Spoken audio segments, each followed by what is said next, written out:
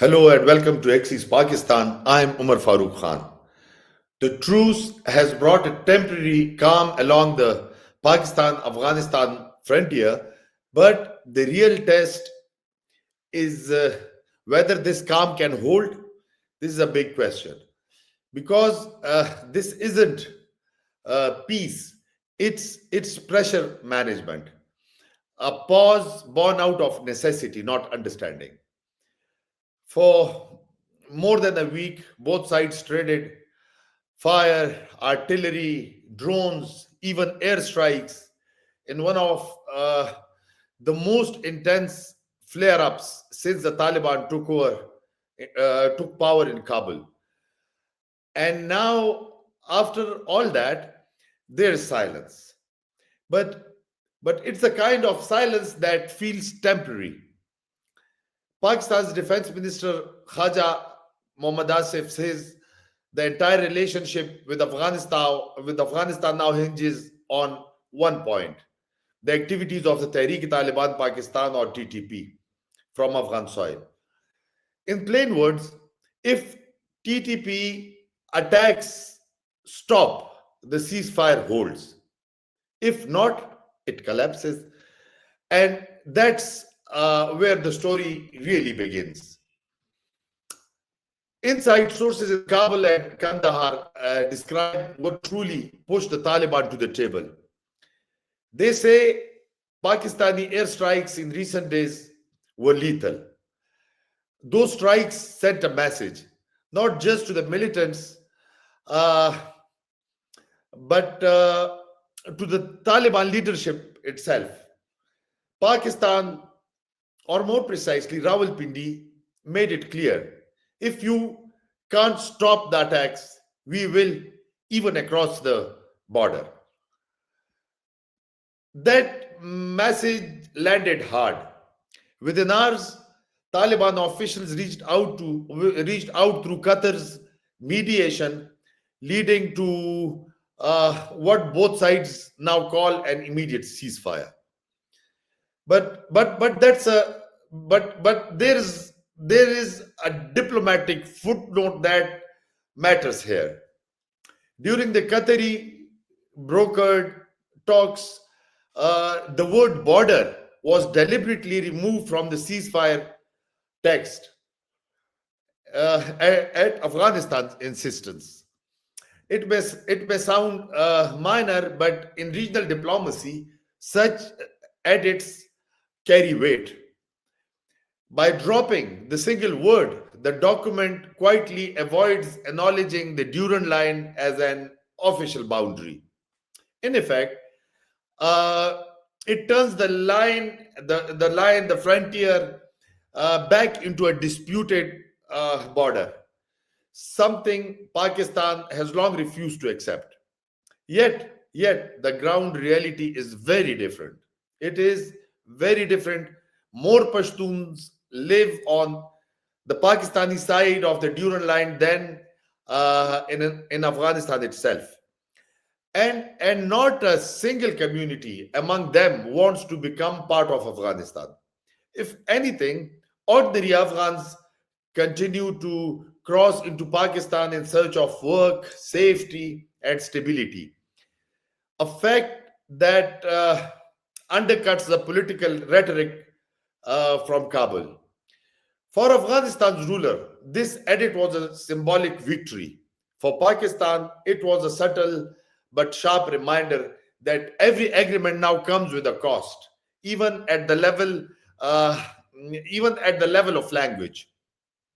And it underscores a deeper truth.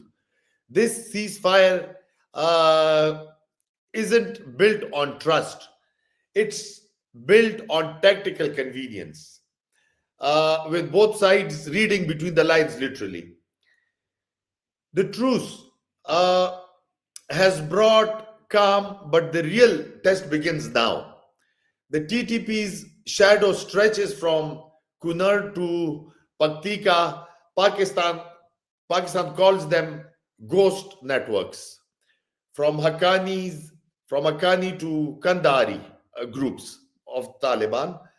Uh, Pakistan's influence over the Taliban is fading fast. Qatar dropped the word border from the ceasefire text, quietly turning the Durand Line into a disputed frontier. One more attack from Afghan soil, and this truce could vanish overnight. The question is, can the Taliban control the TTP? That's the question now defining Pakistan Afghan relations. Can the Taliban actually control the TTP? Can they stop them from using Afghan soil to launch attacks into Pakistan?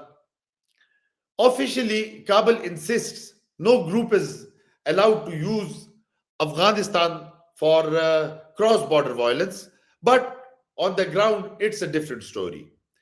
The TTP operates openly in Kunar, Nuristan, Nangarhar, Paktika, Paktia, and Host, running training camps, issuing uh, fatwas, edicts, and collecting taxes. Pakistani officials describe them as ghost networks. They slip across the mountains, vanish into border villages, and reappear only when an attack happens. And for the Taliban, this isn't just politics, it's loyalty. Because this TTP had fought alongside the Afghan Taliban during their war against the United States, the US, and NATO forces until 2021, August 2021. The TTP, in fact, are their old brothers in arms, men who fought beside them during that long, during the long 2 decade war against the US. Cracking down on them would mean turning on their own. And that's something many commanders, especially in the Kandahari Corps, simply won't do. Inside the Taliban, power isn't united, it's fractured. On one side stands the Haqqani network, historically close to Pakistan and more pragmatic. On the other, the Kandahari faction led by Mullah Hebatullah Khunzada, hardline, ideological, and increasingly suspicious of Pakistan. For years, Pakistan believed it could manage both. Talk to the Haqqanis, influence the Kandaharis, and keep its leverage in Kabul. But that leverage has eroded, almost collapsed, replaced by mistrust and quiet defiance. Even those who once took Pakistan's calls now keep their distance. The Haqqanis don't want to look too close, and the Kandaharis don't even pretend to listen. The old playbook: Pakistan backs the Taliban listen, doesn't apply anymore. This is a new Taliban, confident, unpredictable, and unwilling to take direction. While the guns fall silent, the propaganda war rages on. Indian media and sections of the Afghan diaspora have framed the clashes as Pakistan's aggression, painting the Taliban as victims and Pakistan as a frustrated neighbor losing control. On social media, it's even louder. Uh, Coordinated accounts push anti Pakistan trends within hours of any incident. And those narratives often mirror Taliban messaging, blurring the line between influence and information. Pakistan's official communication remains slow and reactive. In this new digital battlefield, whoever controls the story controls perception. And right now, Pakistan's presence on social media is not up to the mark. So what happens next? Right now, the frontier is quiet, but it's a fragile quiet. One attack could shatter it. If the TTP launches even a single major strike in Peshawar, Balochistan, or anywhere in Khyber Pakhtunkhwa, pressure will mount instantly for a military response, and that response could end the ceasefire overnight.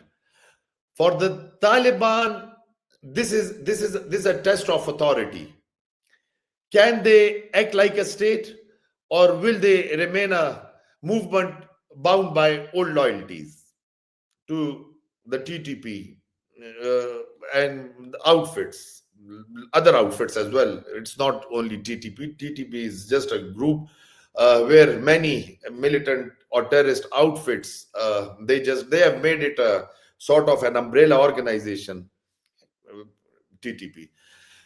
For Pakistan, it's a test of patience and strategy. How long can it rely on diplomacy when the threat uh, keeps crossing the same line it can't even name anymore? Uh, this truce isn't just about the fighting; it's about the shifting balance of power. Pakistan no longer dictates terms. The Taliban no longer take them. Uh, what's left is a cold transactional relationship built on necessity, not trust. And that may be the real shift, not in territory but in leverage.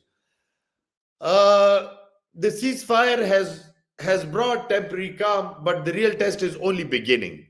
Pakistan got a pause, the Taliban got breathing space, and the TTP, they're still out there.